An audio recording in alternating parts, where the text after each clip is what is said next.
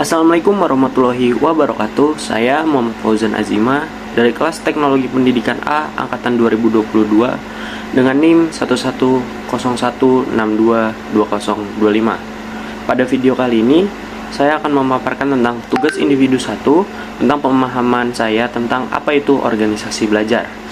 Dari dua video yang telah saya tonton sebelumnya, saya di sini memilih Michael Marquardt dan saya akan menjelaskan tentang pemahaman saya terhadap organisasi belajar dengan memberikan contoh kontekstual yang konkret terhadap hal tersebut. Dari Michael Marquardt, organisasi belajar adalah sebuah entitas yang dinamis atau berkelanjutan, terus berkembang dalam menghadapi perubahan lingkungan yang kompleks. Organisasi belajar beroperasi dalam sebuah ekosistem yang terintegrasi satu sama lain, serta berbagai faktor lainnya yang mempengaruhi organisasi mereka. Organisasi belajar juga memiliki kemampuan untuk terus berkembang seiring dengan berjalannya waktu dan interaksi dengan lingkungan di dalamnya.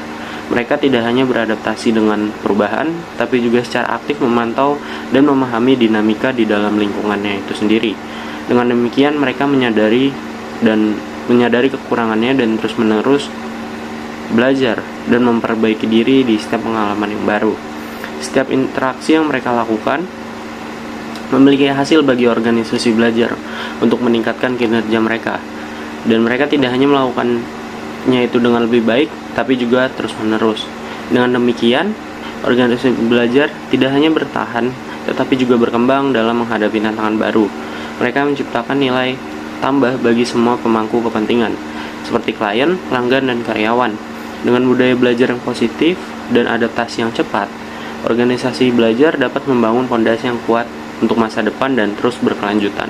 Menurut saya, dari penjelasan tersebut, organisasi belajar adalah organisasi yang terus berkembang sehingga dapat berjalan baik dalam lingkungan dengan klien, pelanggan, ataupun saing.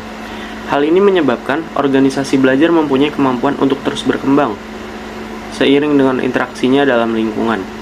Dari hal itu menyebabkan organisasi tersebut menyadari bahwa mereka harus terus belajar dan dari setiap pengalaman atau kesalahan yang mereka miliki.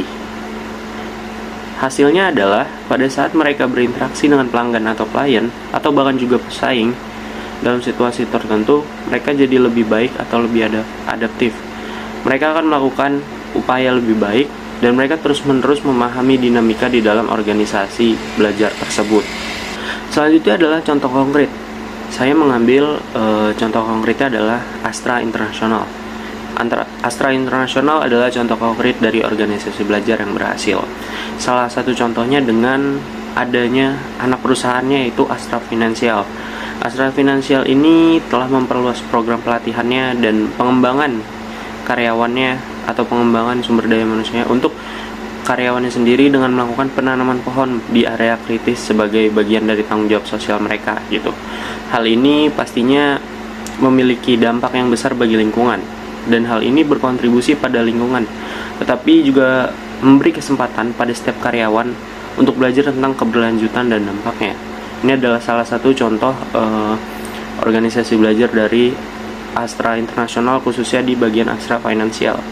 Lalu juga mereka memiliki sistem yang terintegrasi gitu. Astra memiliki sistem yang mendukung pembelajaran bersama di seluruh organisasinya. Mereka menciptakan kesempatan bagi karyawan untuk berbagi pengetahuan dan pengalaman gitu, lewat berbagai macam cara, baik itu platform, baik itu seminar, workshop, dan juga program-program pelatihan yang terstruktur dan terus berulang dan terus menerus gitu. Hal ini membantu menciptakan iklim organisasi atau lingkungan organisasi yang mendukung pekerjanya, agar menciptakan pekerja yang kolektif dan sungguh-sungguh dalam melakukan pekerjaan. Nah, berarti itu impact dari organisasi belajar tersebut begitu.